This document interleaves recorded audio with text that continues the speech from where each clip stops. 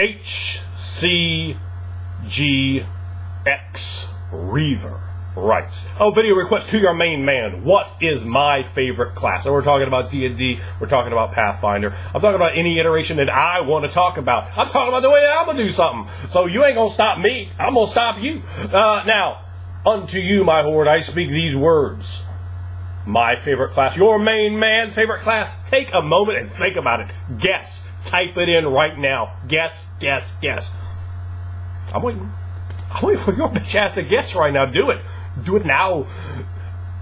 It is, of course, the Anti-Paladin. In D&D 3.0, they call it the Paladin of Tyranny. And I think the lawful evil version of the Paladin is so much better than the chaotic evil version. Chaotic evil often a very problematic alignment to play in games. And often, I think lawful evil can, in role-playing games, and if you design a character within the scope of what lawful evil is, a character can be far more party useful than a lawful good character, and far more of the glue, the center of a party. I certainly have done this many times in terms of being able to execute that, like some very disturbing scenes, some 1 to 10. We're talking about extraordinarily evil sorts of characters. I enjoy playing the Anti-Paladin, the Paladin of Tyranny, the Dark Paladin, and so forth. Again, I don't think the chaotic evil version, it's not as good. Because the lawful evil Paladin has that restraint. He has that, he still, everything is together. Well, not that you're necessarily, crazy for chaotic, or not crazy if you are lawful, but typically it's someone who has broken away from that orthodox path of his faith, and just with rage, with hate, he's been hurt and injured, Dracula style. You have to get on someone. That's right. You can't deny it, and that itself can make your character very heroic. It's tragic. Particularly the way it's framed, well, you had to go to the dark side because you were let down. You had to stand and walk tall against it. It can make an extraordinarily compelling character because you have so much moral fiber in you. However, it's been twisted, it's been changed, transmogrified in a fashion that allows you to really portray sadness, anger. At the same time, you're experiencing your own morality. You're pushing up against your own bounds. You're finding out what you will or won't do, can and can't do, re-examining things, and you become quite philosophical at times, particularly if your character has a degree of intellect, which I always personally prefer to have a high intelligence, regardless of if the system was going to jack me on that or not. Now, that aside, I really enjoy the Anti-Paladin, the fact that you are cued in. We have two different types, right? We have the fallen paladin, or the fallen cleric, or what have you. Then we have the guy that didn't fall. We have the guy who was born bad, and that can be so amazing. Now, again, I have talked about the chaotic evil being problematic. There's one type of chaotic evil that is never a problem in a game, and that is a follower of Talos, a follower of beating that ass in an Anti-Paladin form. But in all honesty, the Anti-Paladin, the construction, the armor and everything like that, dude, you're jacking yourself. Just make him a barbarian, figure out to buy smite with some feats or something. A barbarian with some smite and some thunder about powers and some Talos screaming. Hey, you have a fucking home run, is what you have. And that sort of chaotic evil, a storm god, a wrathful individual of that nature, can certainly work, can certainly be fun. And I think really it's one of the very few types of chaotic evil that can still work in a game. You can, if you can't play a paladin of Talos and have the rest of the group thinking that you're badass. First of all, they don't want to cross you. I'll play a paladin of Talos in any game out there. Ain't no one going to cross me, or they're going to get one across the jaw. And so it doesn't have to be that 0 to 60 kind of deal. The Paladin of Talos, certainly the exception there, but overall a lot of problems and baggage and characters that can be quite terrible can come out of that sort of deal. So mostly we're going to be talking about the lawful evil versions here. Now we're in before I got off tangent-y there, we're talking about the bad boys born bad. Now that sort of character can be extraordinarily compelling. Here's what you need to do, right? Anybody can make, I'm a bad guy, I did bad stuff, I had to go and steal things and kill people while they're asleep. No. You don't do that. That's what you want to do. now we've already decided, right? We're making this what's lawful evil anti-paladin, and we're scale of 1 to 10. Remember, you're like a 7 is still lawful evil, right? Once you get a 6, you've gotten to like neutral area, where we're saying like a 2 would be good, a 3 would be good, barely, a 1 would be really, really good, right? So we're up on a 7. We're still evil, but maybe that neutral tendency's in there. We're at 10. We're right at a 10 right now. We're evil as evil could be. All right. So let's dial it back it up. Now, again, this is a lot of the way I put together a lot of the species for within the Ring of Fire. I said, okay, let's crank it up here on the good side. Let's crank it up here on the evil side. No, not a lot of them. A few of them I did like this. And now let's pull it back. And how do we pull it back? Where is the sympathy? How do we paint sympathy on this thing that's irredeemably evil? Well, how do we redeem it? Where do we do it? And how do we tweak it? We tweak it, and when we change it around, we bring up stories. And there's so many different ways you can do this. But it comes down to this: make the audience relate to the character, make them like him, make them cheer for the bad guy. You know, it's time to cheer for the bad guys. So when you have that character, that heel, make him somehow redeemable. Whether it's a story of passion and love, hooks that your game master taken, a line he won't cross. Then what happens when he's forced to make a choice? You know, GG turn and fire up like someone who's been working heel for 9 years, and all of a sudden, oh no, the fans are with him. Oh yes, the fans are with him, and they want to see him deliver that beating. And all of a sudden, that could be a great dynamic change. Maybe you're like 12th level Anti-Paladin of Bane, but you have a child. You're a father. You have a son. He's 7 years old, and you love him.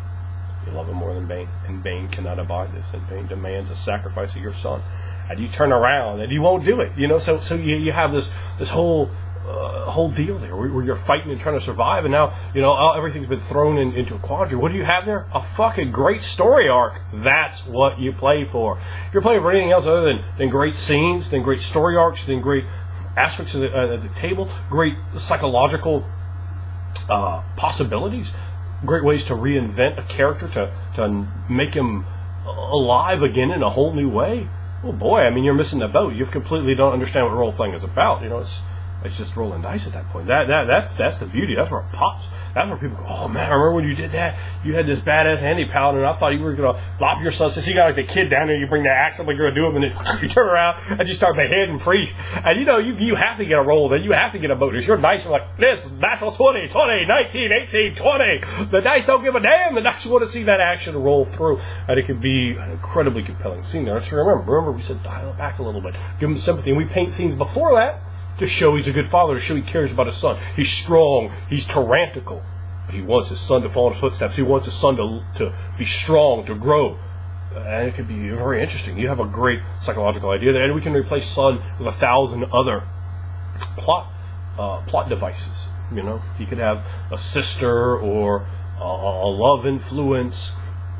And we could take those things and change them. You know, make the sister blind, or he has a retarded brother, or whatever. And all of a sudden, we can see kindness in him. In fact, even there, you could use a vehicle to show why he's such a badass, why he's such a hard ass, why he's not soft, how he's been even more hardened by that. And he says, no, I will not be weak. His greatest fear is weakness in himself, and he will not succumb to that. That doesn't mean he's going to give up on the thing he was strong enough to attempt to protect in the first place. And when you bring ideas like that in, I mean, you can have a great deal. And even then, I mean, hey, 100% of the time you don't have to flip it. You might be like, you know, and you just cleave your retarded brother in half. You see what I'm saying? I don't mean that to be funny, but it could be that, you know, it could be interesting. It could be provide something that is really a high pace scene, and so you focused it all back on you as a player. You provided the other players with something very interesting. You provided your game master with a great scene, and your game master loves that. If a game master isn't happy that you provided him with something great to do in the game, play with someone else because he sucks. I mean, that's almost the absolute bottom of the barrel. If your game master out there and your players are feeding you, if they're feeding you, knock them out, man. They want it. Give it to them. And I don't get it all confused with, hey, what's your boss 5 sword? Nah, stupid trash, man. It's scenes. Spotlight. Focus ideas, dynamic changes, psychological interpretations, and the Anti-Paladin. That's what we're talking about. My favorite kind of Anti-Paladin, you guessed it, followers of hell. I do love me some hell. That's not a mystery to anybody out there. I love it. Love the idea behind it. I have my problems with it in D&D, but certainly it's done a lot better than the Abyss, and you will see for the Dungeons & Dragons Pathfinder style videos that I do, in fact, focus more on the hell side than the Abyss, because Divas and D&D they're done pretty badly. But that is for another video. But it'll be called Demons and D&D are done pretty badly. I don't know what it'll be called. But when you're playing that, all right, a stalker of souls. With currency you trade in is the souls of others. Now, unfortunately, D&D does very, very, very poorly with this. I'm going to tell you about the character I played. Tatapathe Silverthorn, an anti-paladin of Asmodeus, an anti-paladin of hell. He stalked the world to find the souls of men who were wrong, men who should be damned. He would collect evil souls in a begging bowl of wood. He would look down at the corpses that lay on the strewn battlefield. That, let's face it, is a lot of D&D games. He would stand above them as if that was their mouth and this is my mouth. He would pull their souls from their body with his breath, and he would regurgitate them back into his begging bowl. And there he would look into the eyes of the souls, and the souls would look back at him. The souls would tremble with fear, and they should have, because after all, my intent was to use them as currency in the exchange with the devils I worked with. Because what did I want after all? What does all followers of hell want? The evolution of the soul. The evolution of their soul into that of a glorious, beautiful angel of hell. And that was his goal. That was his means to acquiring it. And of course, Dungeons & Dragons does a very, very, very bad job of facilitating that sort of liquid character. There's a lot of stagnantness and poor spell progression to doing that. Of course, any game master will pretty much let me design what I need to design to get my concepts across. I have almost zero problem working that in the game. People are usually very happy to have me in a game, and bringing a story out. I know I won't go through the whole thing, but it was the game master absolutely adored this character. But we had a deal like that. Okay, you know how much is that, and the taking of the soul, the use of the soul, the currency of the soul, and that's an idea within Ring of Fire that I bring to the forefront. The fact that there's really nothing more valuable than the spiritual essence of something, whether it is a spirit or the ghost of the recently dead. And it's easy to find ghosts. All you have to do is kill somebody. We figure that out quite well in this one. And it's a certain tenor, a moral fiber of an individual that you're looking for. You study them and deduce, this is the one I want. And then you deliver them. There's so many ways you can go about doing that. The duplicity and the creation of scenes can design a game that may have been played in a more straightforward manner with more simplistic characters to a far more complex and interesting scene or group of scenarios. So that's something in that part that I played into the terms of the Anti-Paladin. And quite honestly, I mean, that character started with just basically just a paladin class, and I put like a PRC that I made myself on there to deliver the abilities that I wanted to have to facilitate that sort of class. You know, I'm sure not a big surprise for working in the game design myself that I might tinker with things, you know, in Dungeons & Dragons. That actually was a Pathfinder game. In a Pathfinder game, create my own PRC. I'm a big surprise there, right? But it tended to work very well because it created something that was different, that was unique, and it was so dark that the character really delighted in that. But at the same time, right, so here's how this character works. We're using an example from what I've done to explain the Anti-Paladin, how you can make it work in a game. The other characters slowly started realizing what he was doing. Well, some of them did. Kind of confronted him, you know, like good aligned characters. And he's like, well, you know, then eventually the good aligned character basically sort of figured out, because there were other problems in the party and so forth, that, well, he could trust my character. He's like, you know, there was a whole scene where it was probably one of the best role-played scenes in that game. And this guy was a very good role player. We were two good role players, myself and this other guy, Alan. And then there were some mediocre to poor players in the game, and a new game master. The game itself ran pretty well. Up until RPG horror stories. That's right, 76 armor class in this same game. Oh, what a tragedy. body hell with somebody. Like I said, I was having a good time. But you have a character there, and he's dark. He worships devils. He believes that no greater goal can exist than to be elevated in a spiritual,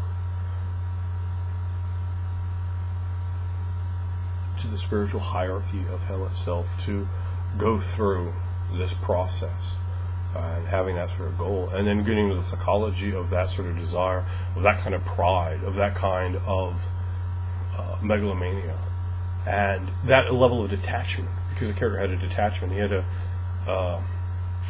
not a disgust towards the world. He wasn't hateful at all. He simply looked at it as a tool to be used, not something to be cherished or enjoyed, something that simply was there, and by utilizing it, the pieces and components could be taken to acquire an overall greater goal that the character had. So there was a great degree of sociopathic behavior in the character, which can provide a great deal of interest. After all, anyone watching the videos know that I enjoy taking on the challenge of playing a character that has a greater or lesser scale of insanity, of derangement of some type. It can be very fascinating to play on a character. So when you put that in context, when you're playing a character and you get into that spiritual relationship, why do they think the way they do? You know, how does that influence their worldview? When you pull that off to a high level of success, you really have a character that's extraordinarily believable. Now, the Anti-Paladin itself, like I said, I love him. I don't always like the mechanics, though, in a lot of games for the Anti-Paladin. They're quite terrible. I thought the Pathfinder class, the Anti-Paladin, was like, I looked at it, well, I won't be using that. In fact, that class is there. I said, no, I'll use this Paladin. I said, this is terrible. I thought the Anti-Paladin class was just bad. I didn't like it. In fact, honestly, no version of the class ever has written of it ever enjoyed, and that might sound odd to say it's my favorite class. Yet I have not enjoyed any version of it ever written anywhere. I believe it first appeared in the Dragon magazine in AD&D First Edition. I think that's the first appearance of it. I'm sure 90 or 150 of you will correct me on that if I'm wrong, and if I'm right, at least 70 of you will list the issue. That's fine. Go ahead. I always like the comments, even if they are redundant. But Anti-Paladin is my favorite class in Dungeons & Dragons. What is yours?